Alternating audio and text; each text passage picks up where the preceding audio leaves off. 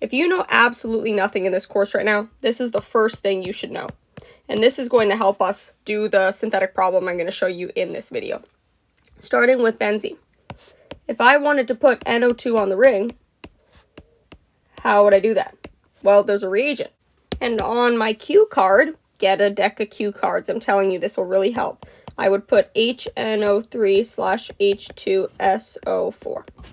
And I need to know this in the forward direction and the reverse direction. So in the forward direction, I would ask, how do I make a benzene with an NO2 group? Well, I would need to add in this reagent, right?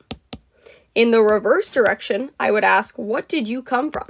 So if I have benzene with one NO2 group, well, it could have just came from benzene. So there's two questions here at hand. So now, taking NO2, I could switch this to an NH2 group.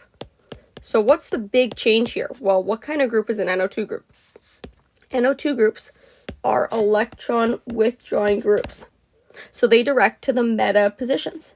So by changing the NO2 group to an NH2 group, well, you change the directionality of this reaction. Because NH2 groups, these are electron donating groups.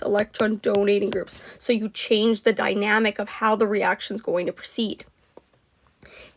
If you added in an E plus to NO2, where would it go? Well, it's going to direct to the meta. So I would need to add in the E plus on one of these positions, assuming one equivalence. Well, what if I had aniline and I toss in an E plus? How would this reaction proceed? Well, this reaction would direct to the ortho or the para. So assuming one equivalent, I would either get this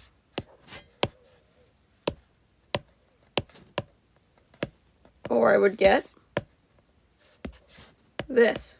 So this is an extremely helpful tool that needs to be in your toolbox, because showing up to an organic chemistry test without knowing your reagents is like a mechanic showing up to fix a bunch of pipes without having his hammers or nails or wrenches, whatever they bring to fix stuff. Okay, you need to know your reagents, and this is the most important set of reagents for a really huge part of the EAS chapter. And it's also going to help for all the synthetic problems. For example, the question I'm going to go through after this little mini crash course on what you should know prior to this exam.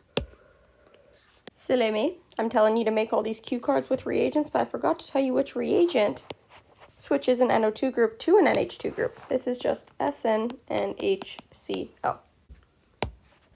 Okay, next, I'm like, okay, I have an NH2 group on the ring. Oh, well, I could switch this to an N2 plus, which is a diazonium salt, which is the best leaving group literally ever, okay? Using this reagent, NaNO2/HCl, you could also put water in there. If you're saying, well, the solvent, if you have like a certain concentration of HCl, well, the solvent is aqueous, so that's why you have water. But I think if you didn't include the water, then you would still get this right in a second year course. So then I would say, okay, well, the NH2 group then switches to an N2 plus. And I'm like, why would I want an N2 plus? Well, this is the best leaving group ever. Think it has a positive charge. So to become neutral, it wants to leave. It's the best leaving group literally ever. So once again, I would need to know this change in the forward direction. So if I have an NH2 on a benzene ring, how do I make it turn into an N2 plus group? Well, I need to use the reagent NaNO2/HCl. And then in the reverse direction, I would need to ask, okay, if I have N2 plus, how would I get back to NH2? Well, all I would have to do is say this came from NH2, because I know the reagent in the forward direction that would allow me to make this change. So then, final thing here is, okay, well, how do I get right back to benzene? Well, I would need an H minus source.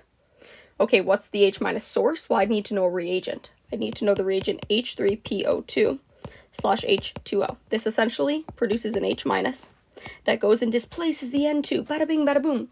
The process is not actually that simple. The mechanism is a bit more in depth. I think I have another video going over EAS mechanisms. But essentially, that's the gist of things. You get back to a hydrogen on the benzene. So look, you have a little root, run around the track. Know this, okay? Literally know this. If you don't know anything else right now, please start with this. The N2 plus on the benzene, I could substitute it out with other things, like a Cl minus, okay? If I tossed in a Cl minus, what would happen? Well, all I would say is the N2 changes to a Cl. Same with any other X minus group because it's the best leaving group ever. So yeah, if you don't know anything, please start with knowing this. Okay, now let's attack a retrosynthesis problem.